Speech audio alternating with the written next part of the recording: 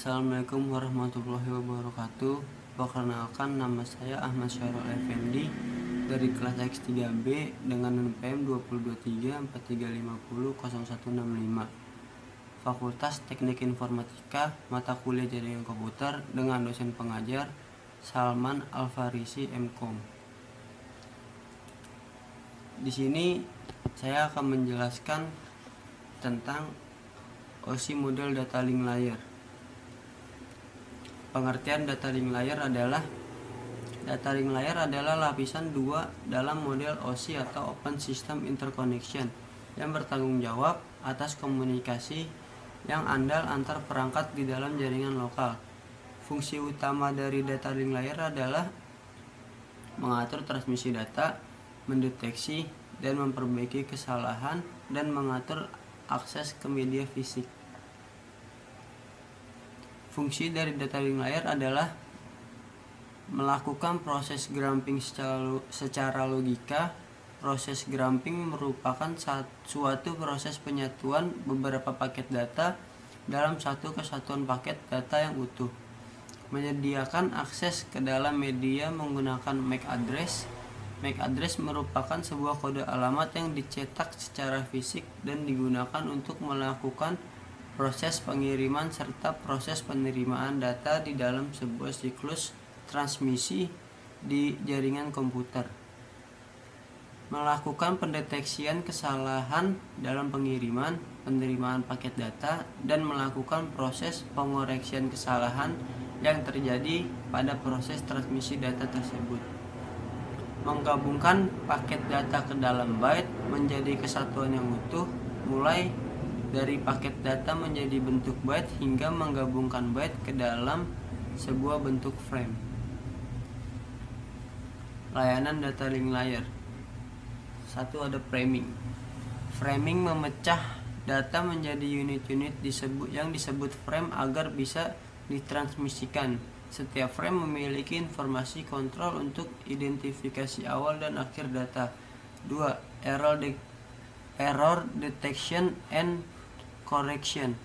Memastikan data yang ditransmisikan tidak memiliki kesalahan atau jika memungkinkan memperbaikinya. 3. Flow control. Mengatur laju pengiriman data, memastikan data dapat diterima oleh perangkat tujuan tanpa kewalahan. 5. Physical addressing. Menyertakan alamat fisik atau MAC address di setiap frame untuk memastikan data sampai ke perangkat yang dituju. 6. Access control. Jika perangkat terhubung dengan link yang sama pada lapisan data link, maka perlu menentukan perangkat mana yang akan dikontrol pada kondisi tertentu. 7. Link access. Berhubungan dengan protokol kontrol akses media yang mengatur bagaimana frame dikirimkan ke tautan. Data link terbagi menjadi 2 sublayer. Yang pertama ada Logical Link Control atau LLC. Mengontrol aliran data dan menangani deteksi kesalahan, menyediakan layanan untuk menjaga komunikasi yang efisien. Yang kedua ada Media Access Control atau MAC.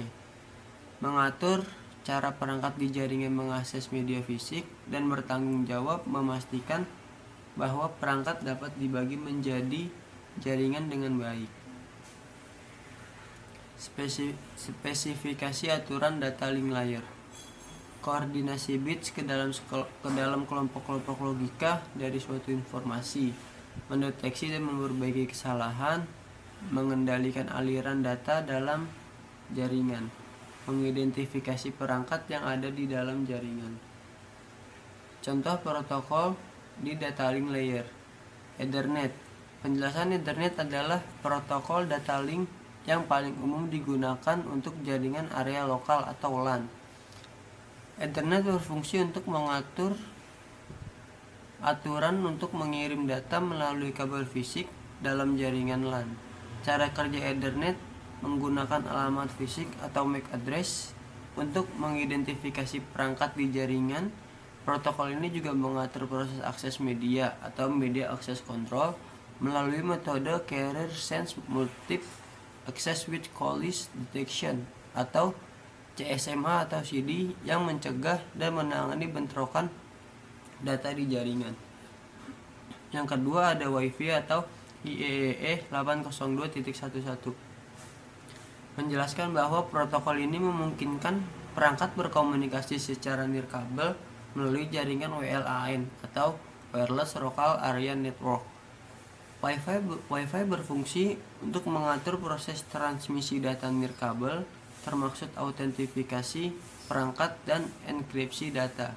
Cara kerja Wi-Fi adalah menggunakan CSMA atau CA, Carrier Sense Multiple Access with Collision Avoidance, untuk menghindari bentrokan data dalam transmisi nirkabel dan mendukung enkripsi WPA atau WPA2 untuk keamanan. 3. Poin-poin protokol atau PPP. Penjelasan PPP adalah protokol untuk komunikasi titik ke titik atau point to point di jaringan yang tidak memerlukan jaringan yang lebih besar seperti LAN. Fungsi PPP adalah mengatur autentifikasi dan enkripsi data untuk koneksi langsung antar perangkat, biasanya pada sambungan dial-up atau sambungan internet broadband. Cara kerja PPP adalah memiliki beberapa lapisan protokol di dalamnya, termasuk LPC atau Link Control Protocol untuk mengatur sambungan dan NPC Network Control Protocol untuk konfigurasi di lapisan jaringan. 4. High Level Data Link Control atau HDLC. Penjelasan HDLC adalah protokol untuk komunikasi data sinyal serial yang digunakan pada sambungan point-to-point atau multi-point. Fungsi HDLC adalah mengatur kontrol transmisi data, melakukan deteksi dan koreksi kesalahan. Cara kerja HDLC membagi data menjadi frame-frame dan menggunakan kontrol bit untuk mendeteksi serta menangani kesalahan dalam transmisi. 5. Fiber Distributed Data Interface atau FDDI. Penjelasan FDDI adalah protokol untuk jaringan dengan topologi cincin yang digunakan pada jaringan area lokal berkecepatan tinggi. FDDI berfungsi untuk mengatur transmisi data dalam jaringan yang menggunakan kabel fiber optik. Cara kerja FDDI adalah menggunakan metode token passing untuk mengendalikan akses media topologi cincin sehingga data dikirim secara berurutan dan bentrokan bisa dihindari. 6. Asynchronous Transfer Mode atau ATM.